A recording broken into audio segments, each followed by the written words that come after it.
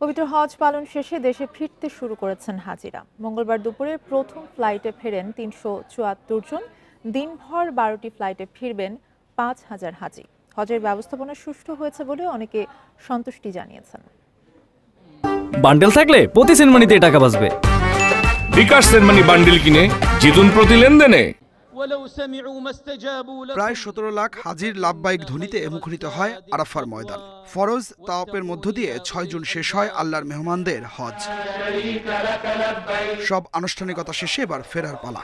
মঙ্গলবার দুপুরে ফ্লাইনাস এয়ারলাইন্সের ফ্লাইটে দেশে ফেরেন ৩৭৬ জন। এর মধ্য দিয়ে শুরু হয় ফিরতি হজ ফ্লাইট। ঢাকায় ফিরে সৌদি আরব অংশের হজের সুষ্ঠু ব্যবস্থাপনার কথা জানান হাজিরা। আল্লাহ যেন আমাদেরকে যে আমল করার তৌফিক দিয়েছিল এই আমলটা ধরে রাখার তৌফিক দেয়।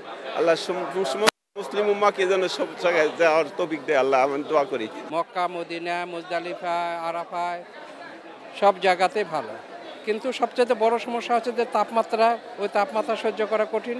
এখান থেকে আমাদেরকে যেভাবে তারা সাহায্য সহযোগিতা করেছে, ইভেন আমরা যখন আমি ব্যক্তিগতভাবে হজ মিশনে গিয়েছিলাম ওখানে অসুস্থতার কারণে, তো ওই জায়গাটাতেও তারা যেভাবে সাহায্য সহযোগিতা করেছে খুব ভালো।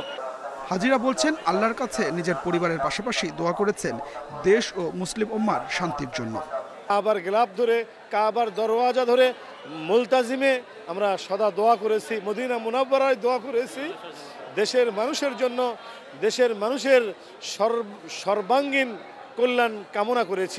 এক কথায় বেহেশতখানা, আল্লাহ আমাদের জন্য বেহেশতখানা তৈরি করে রাখছে। খাওয়া দাওয়া অপূরন্ত সব ব্যবস্থাপনা সব ভালো। হজ একটা আল্লাহর ডাকে সাড়া দিয়েছি। আল্লাহ যেভাবে আমাদের করার কথা ইনশাল্লাহ করতে পেরেছি। তারপরে ভুল ত্রুটি আল্লাহর ইচ্ছা সব, আর গোটা মানব জাতির জন্য দোয়া করেছি। সারা জীবনে আশা আকাঙ্ক্ষা যে কাবা ঘরে যাব, সেই দেখেই তো আমরা কান্নায় হয়ে গেছে, আবেগে ভরে গেছি আমরা। আল্লাহ খুব ভালোভাবে হজ করাইছে, কোনো অসুবিধা হয়নি। ফিরতি হজ ফ্লাইট শেষ হবে 10 জুলাই। বিমান বাংলাদেশ এয়ারলাইন্সে আসবেন অর্ধেক হাজি, বাকিরা আসবেন সৌদিয়া এবং ফ্লাইনাস এয়ারলাইন্সে। Adilur Rahman, independent news, Dhaka.